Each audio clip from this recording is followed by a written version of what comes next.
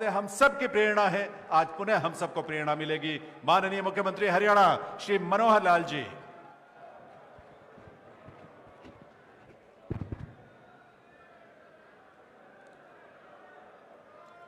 बोलिए गुरु गोरखनाथ महाराज की।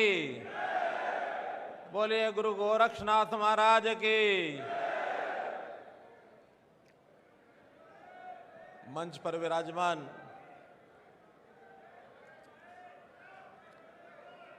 समाज के पुरोधा, समाज के संत, अलवर से हमारे सांसद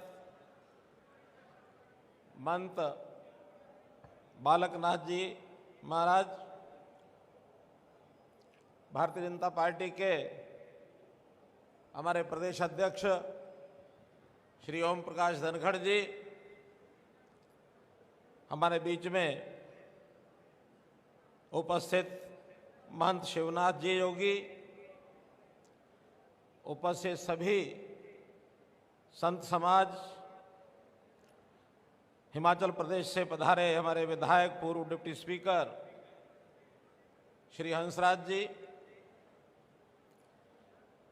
करनाल की हमारी मेयर बहन रेणुबाला गुप्ता जी, समाज के ही सभी अग्रणी नेता जिनमें मुख्य रूप से कैप्टन सुभाष योगी जी, योगी तेजपाल जी, योगी अनूपनाथ जी, योगी सतपाल जी, योगी जय भगवान जी, पार्टी के हमारे महामंत्री श्री मोहनलाल बड़ोली जी,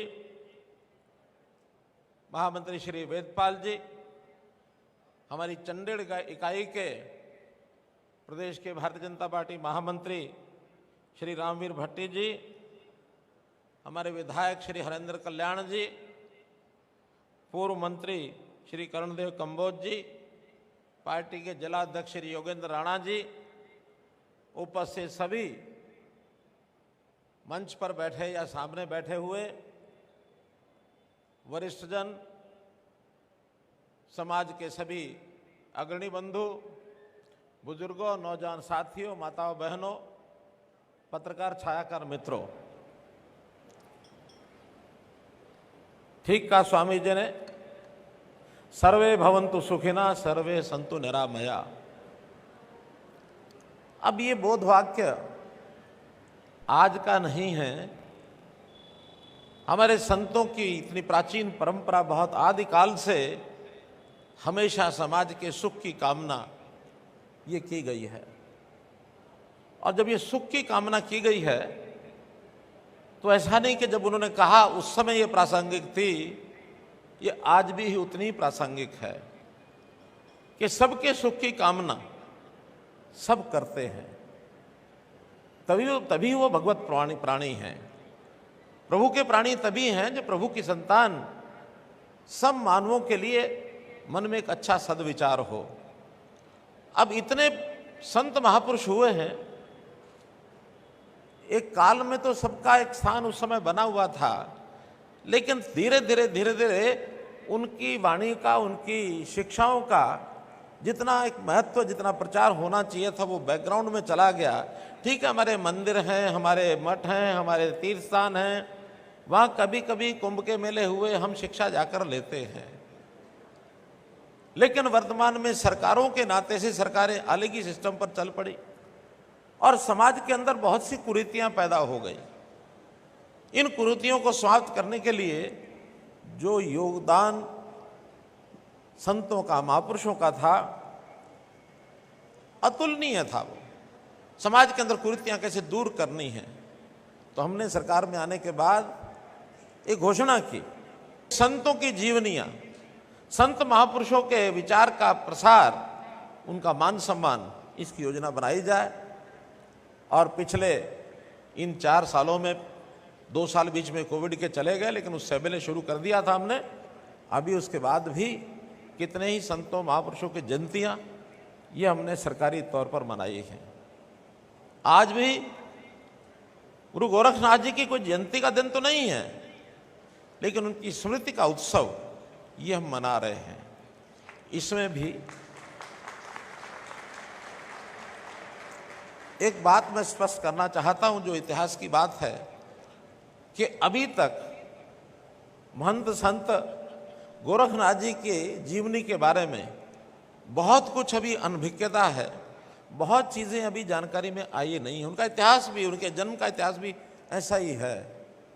लेकिन अब समाज को बैठ करके तय करना चाहिए कि वर्ष में कोई एक दिन उनका स्मृति दिवस, उनका प्रकाशोत्सव, उनकी जयंती का दिन ऐसा कोई मनाना चाहिए।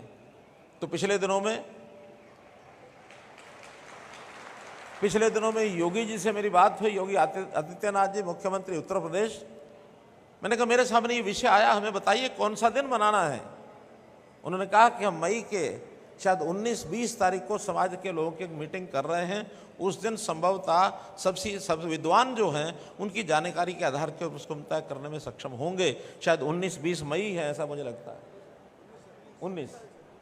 19 मई सबको पता है। इसी में से ये तो तय हुआ कि आज हम ये कार्यक्रम करेंगे। कुछ बंधुओं ने कहा कि 5 मई को उनका जो है जन्मदिन प्रगटोत्सव ऐसा मनाते हैं, तो आज 5 मई को मनाइए। मेरे मन में एक विचार आया, अच्छा होता कि 5 मई होता, क्योंकि 5 मई को किसी और एक व्यक्ति का जन्मदिन भी आ रहा है। अगर वही होता तो मुझे आनंद होता।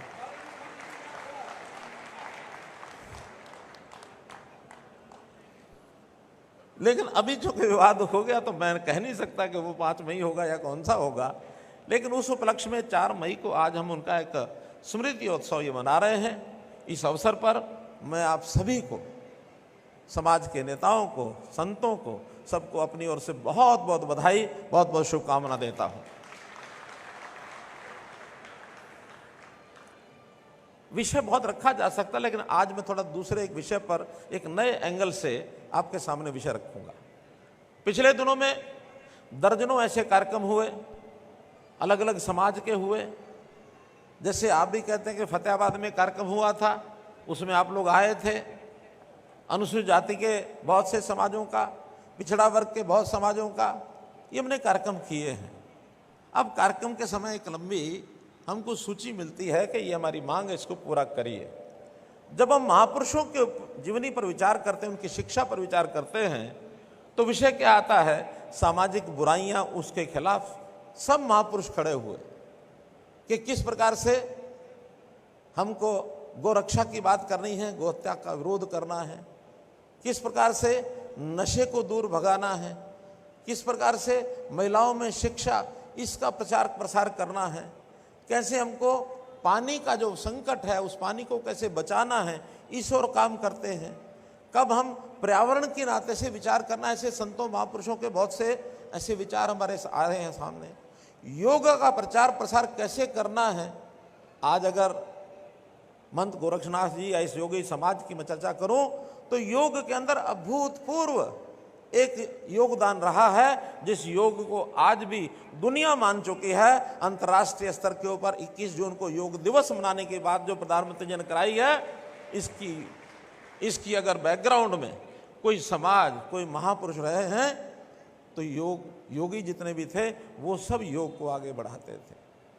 तो इस प्रकार से ऐसी सामाजिक बुराइयों का, तो आज भी समाज में बुराइयां, उनको दूर करने का काम हम सबको मिलकर करना होगा। गरीबी के साथ लड़ाई लड़ना, लोगों को उनके पैरों पर खड़ा करना, वास्तव में ये रचनात्मक काम है जिसके ऊपर हमको विचार करना है। अब ये सब मांगे आपकी तरफ से आई, बाकी सबकी तरफ से आई। हमने भरपूर प्रयत्न किया कि इन चीजों पर कैसे आगे बढ़ें। महिला शिक्षा को आगे बढ़ाने के लिए और उससे पहले बेटी बचाओ बेटी पढ़ाओ के अभियान को आगे बढ़ाने के लिए हरियाणा में अभूतपूर्व काम हुआ। जो बेटियां गर्भ में मार दी जाती थी, जो जेंडर रेशो 2014 में जब शुरू किया, उस समय 851 की जेंडर रेशो थी। आज हरियाणा की जेंडर रेशो बंधुओं 923 हो गए। 923 2000 जन्म के पीछे 72 बेटियां जो गर्भ में मार दी जाती थी, आज वो बचती हैं। बेटी हमारा धन है। बेटी समाज के अंदर, समाज को आगे बढ़ाने के लिए ये एक प्रकार का, यानी हमारी परंपराएं हैं, ये कैसे बचाना है। बेटी की शिक्षा, 72 कॉलेज हमने खोले जिसके अंदर 42 कॉलेज केवल महिलाओं के और बाकी 30 कॉलेज जो हैं उसको हमने एजुकेशन यानी को एजुकेट, जो लड़के लड़कियों दोनों का ऐसे कॉलेज हमने खोले, शिक्षा को आगे बढ़ाने का काम हम कर रहे हैं। मित्रों, गरीब की सहायता कैसे की जाए, पहचान कर रहे हैं हम कि कौन गरीब रह गया, उसकी सहायता में उनका पहले डाटा इकट्ठा किया परिवार पहचान पत्र में, उनकी आय कितनी है। बीपीएल इस नाते से पहले 1,20,000 की आय को बीपीएल माना जाता था, हमने कहा कि नहीं, इसको बढ़ाना चाहिए। हरियाणा में 1,80,000 किया, 1,80,000 किया ताकि गरीबों की सहायता की जा सके। उनके राशन कार्ड बनाए, आयुष्मान कार्ड बनाए।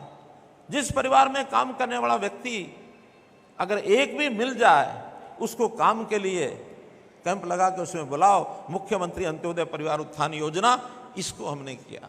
व्यक्ति का स्वाभिमान कैसे खड़ा करना है, इसके लिए हमने काम किए।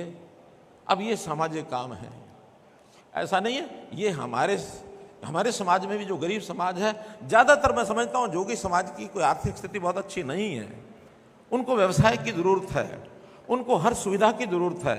लेकिन ये सुविधा इस प्रकार से हम आगे बढ़ा रहे हैं।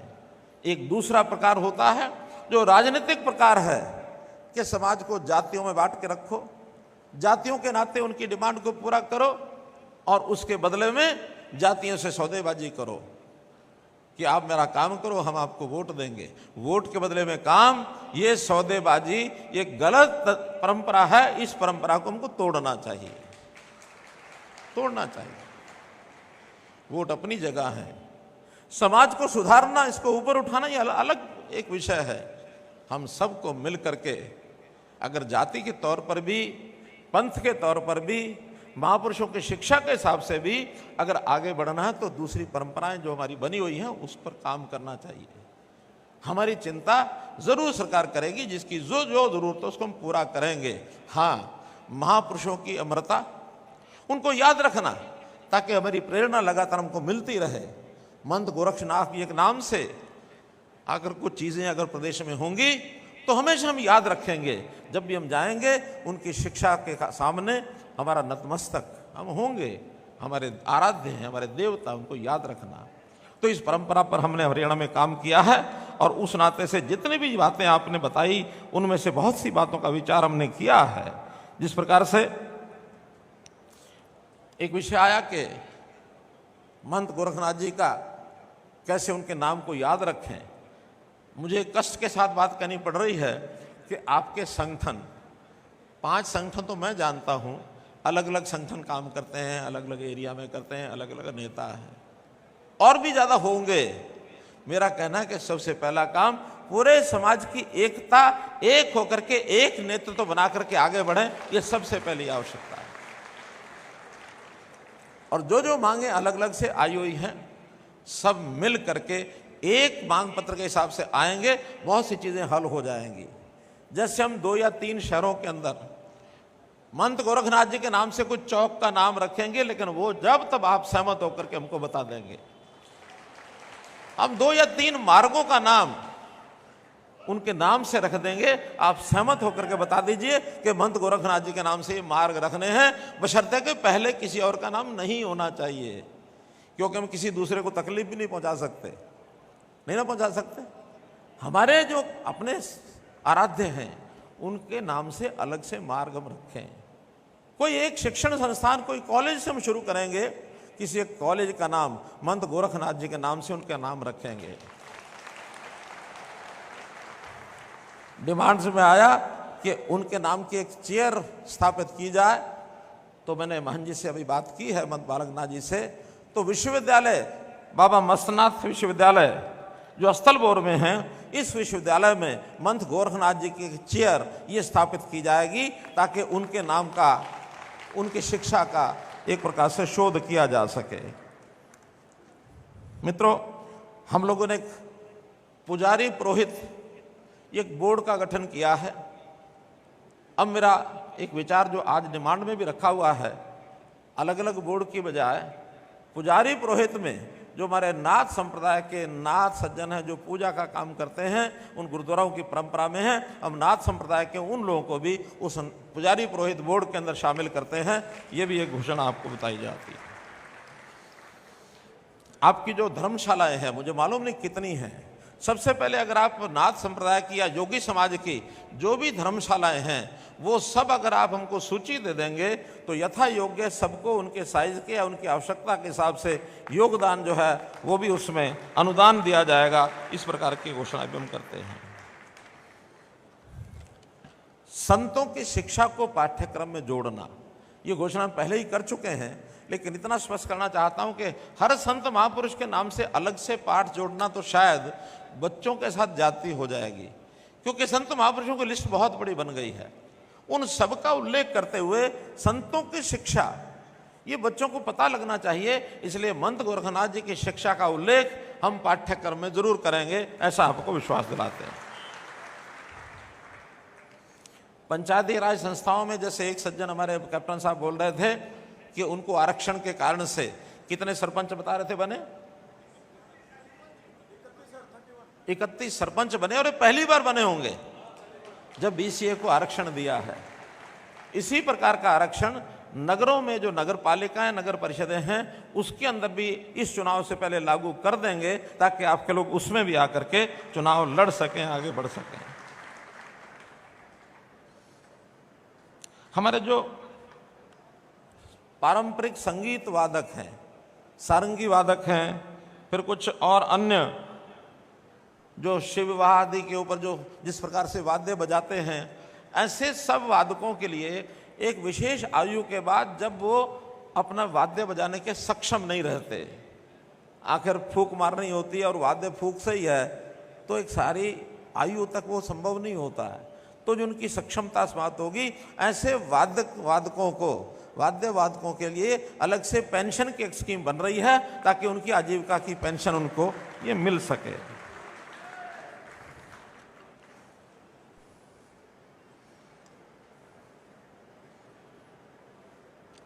एक मेरा ऐसा भी विचार है कि देखिए, समाज में एक परंपरा भिक्षा मांगने की है, और जहाँ तक मेरी जानकारी है योगी समाज में बहुत ऐसे लोग हैं जो भिक्षा मांग करके अपना काम करते हैं। कुछ पारंपरिक चला आ रहा है, हो सकता है उस समाज के अंदर मांगने वाले, भिक्षा मांगने वाले लगते हैं कि शायद हमारा यही व्यवसाय है।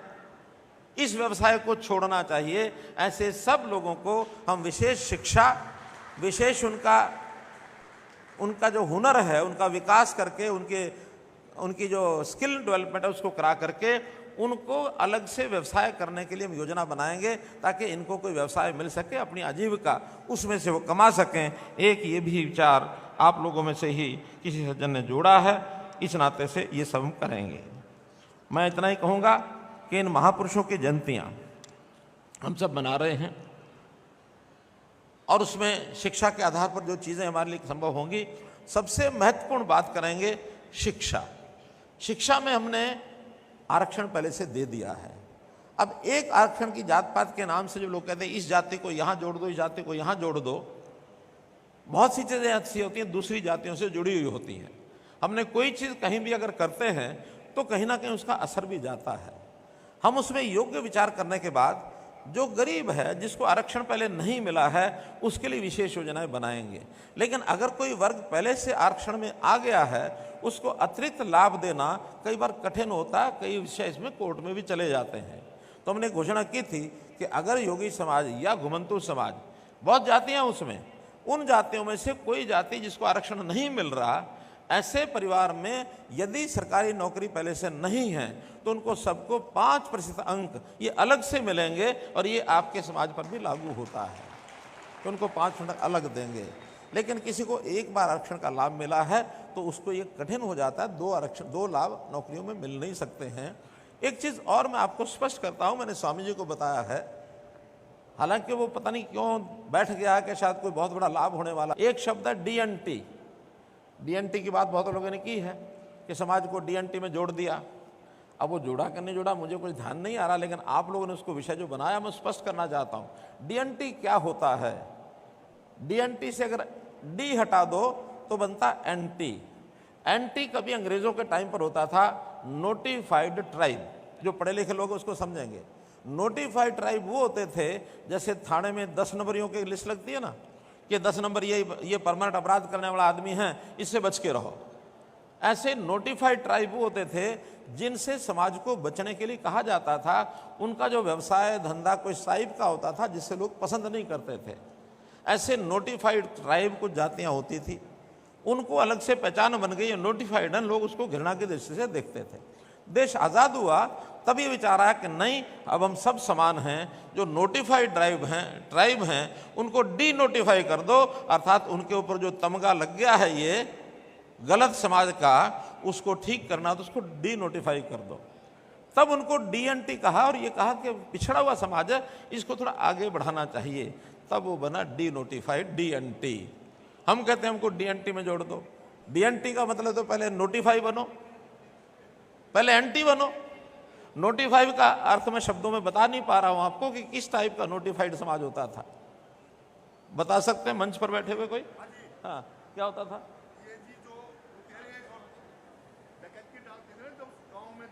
हाँ, तो अंग्रेजों ने 1872 में कानून बनाया था कि ये जातियां, यहाँ के बताओ, यहाँ के बताओ, सबको पता लगे डीएनटी क्या होता है। हाँ, एंटी अंग्रेजों ने बनाया था 1857 के बाद। और 1872 में ये कानून आया था कि जो जातियां समाज को लूटती हैं, डाके डालती हैं और खास तौर से अंग्रेज जाति को तंग करती हैं, वो थाने में हाजिरी लगाया करेंगी और जब थाना छोड़ेंगे दूसरे शहर में जाएंगी तो उस थाने में हाजिरी लगाया करेंगी। उसको एनटी बोलते थे, नोटिफाइड ट्राइब। और ये 1952 में डीएनटी बनाया था भारत सरकार में 1952 के बाद, परंतु इस पर कोई कार्य नहीं हुआ। वो तो राजनीतिक कारण हो सकते हैं, कुछ और भी कारण हो सकते हैं, परंतु मौजूदा सरकार ने फतेहाबाद में रैली की थी कुछ उसमें फायदा देने के लिए। वो तो सुनिए, वो जो नोटिफाइड पहले थे उन्हीं को डी नोटिफाई किया था। इसमें अगर नया जुड़ना चाहेगा समाज तो जुड़ नहीं सकता वो, क्योंकि नोटिफाइड मतलब जो पहले से, जैसे बताया, लुटेरे थे, कुछ जो डाका करते थे, उनको तंग करते थे, उनकी एक समाज का एक नाम था जो नोटिफाई हुए थे, उनको हटाने के लिए डीएनटी कर दिया। नया समाज डीएनटी बनाने से बल्कि कई बार गलत अर्थ निकलता है कि पहले इसको एंटी बनाओ फिर इसको डीएनटी बनाओ। तो हमारा समाज क्या एंटी बनना चाहेगा? क्या नहीं बनना चाहेगा। हाँ, पहले जो एंटी में थे वो डीएनटी हुए हैं, उनके उत्थान के लिए जो योजनाएं बनाएंगे वो सारी समाज के हित में आगे भी बनाएंगे। उनकी शिक्षा में, उनके रोजगार में, उनको मुख्य धारा में लाने में किसी को भी अब वो चीज़ नहीं रहेगी जो कभी अस्पृश्यता, पहले अनटचेबिलिटी होती थी। अब छुआछूत का जमाना नहीं है, हम सब समान हैं, बराबर हैं। तो बराबर होने के लिए डीएनटी की सारी योजनाएं बना करके उनको मुख्य धारा में लाया जाएगा। नया डीएनटी बनाने का कोई परंपरा नहीं है, मैं इतना बताना चाह रहा हूँ। इसलिए कि बार बार ये विषय आता, हमको डी नोटिफाई जोड़ दो, हम ये कर दो। मैं अंत में मैं इतना ही कहूँगा कि इस समाज का जो योगदान, प्राचीन समय का जब इतिहास है तो ये कह सकते हैं कि आज योगी समाज ही हमारी उन परंपराओं का वाहक है जो कभी हमारे सांस्कृतिक पहचान होती थी। हमारे मंदिर थे, हमारे मठ थे। अंग्रेज़ों ने और उससे पहले मुगलों ने, अंग्रेज़ों से पहले मुगलों ने जितना मंदिरों को तोड़ा, उसमें तोड़ने के लिए, यानी ना तोड़ा जाए, इसका मुकाबला करने के लिए जो योगी समाज ने योगदान किया, अभूतपूर्व है। और इसके लिए एक प्रमाण मैं आपको बताता हूँ कि नेपाल के अंदर मंत गोरखनाथ जी का चित्र वहाँ की मुद्रा पर अंकित होता था। जब माओवादियों की सरकार आई तो उन्होंने वो चित्र वहाँ की मुद्रा से हटा दिया। जैसे हटाया तो वहाँ विद्रोह हुआ और हमारे गोरखनाथ के जो योगी समाज के लोग हैं उन्होंने विद्रोह के बाद उस माओवादियों का भी सफाया कर दिया। ये इस प्रकार का सिस्टम हमारे यहाँ पहले कभी होता था। योगी समाज का बड़ा स्थान था। अगर राम जन्मभूमि की रक्षा करने के लिए आज इसका श्रेय किसको दिया जा सकता है तो देश के प्रधानमंत्री नरेंद्र मोदी, और अगला कोई श्रेय लेने वाले कोई हैं तो योगी आदित्यनाथ जी, वहाँ के मुख्यमंत्री। और राम जन्मभूमि को सुरक्षित करने के लिए उनको योगदान दिया जा सकता है। तो समाज की रक्षा सुरक्षा, धर्म की रक्षा सुरक्षा, जो कभी गुरु परंपराओं में से ये चीज़ें निकल के आई, योगी समाज तो आदिकाल से चलता आ रहा है। मैं योगी समाज के प्रति अपनी पूरी श्रद्धा रखता हूँ। इतना ही मेरा निवेदन, सब इकट्ठे होकर के एक ग्रुप बना के मेरे पास आ जाओ। जो आवश्यकताएं आपकी शिक्षा की, स्वास्थ्य की, सुरक्षा की, स्वाभिमान की, जो चीज़ें आपको चाहिए सारी चीज़ें आपको प्रदान की जाएंगी। बहुत बहुत धन्यवाद, बहुत बहुत आभार। हेलो देविया सज्जनों, सिर्फ तालियों से नहीं, अब दुआओं का वक्त है। एक बार जोरदार करतल ध्वनि के साथ माननीय मुख्यमंत्री महोदय को कल के उनके जन्मदिन की अग्रिम बधाई जरूर दें। आप सभी अपनी तरफ से हार्दिक शुभकामनाएं दें, आशीष दें, अपने आप तरफ से दुआएं मुख्यमंत्री महोदय को उनके जन्मदिन के अग्रिम बधाई इस रूप में। एक बार मिलकर तालियां बजाएं सभी लोग, पूरे सम्मान के साथ, शुभकामनाओं के साथ। आभार के रूप में माननीय मुख्यमंत्री महोदय एक ऐसे व्यक्तित्व, एक ऐसी विभूति जिनका चिंतन इस प्रदेश के लोगों को एक नए शिखर तक लेकर जाने के लिए समर्पित है, जो अपनी सादगी के लिए, अपनी सरलता, सहजता और प्रदेश के लोगों के उत्थान के लिए, प्रदेश के विकास के लिए समर्पित हैं। ऐसे माननीय मुख्यमंत्री श्री मनोहर लाल जी के लिए हम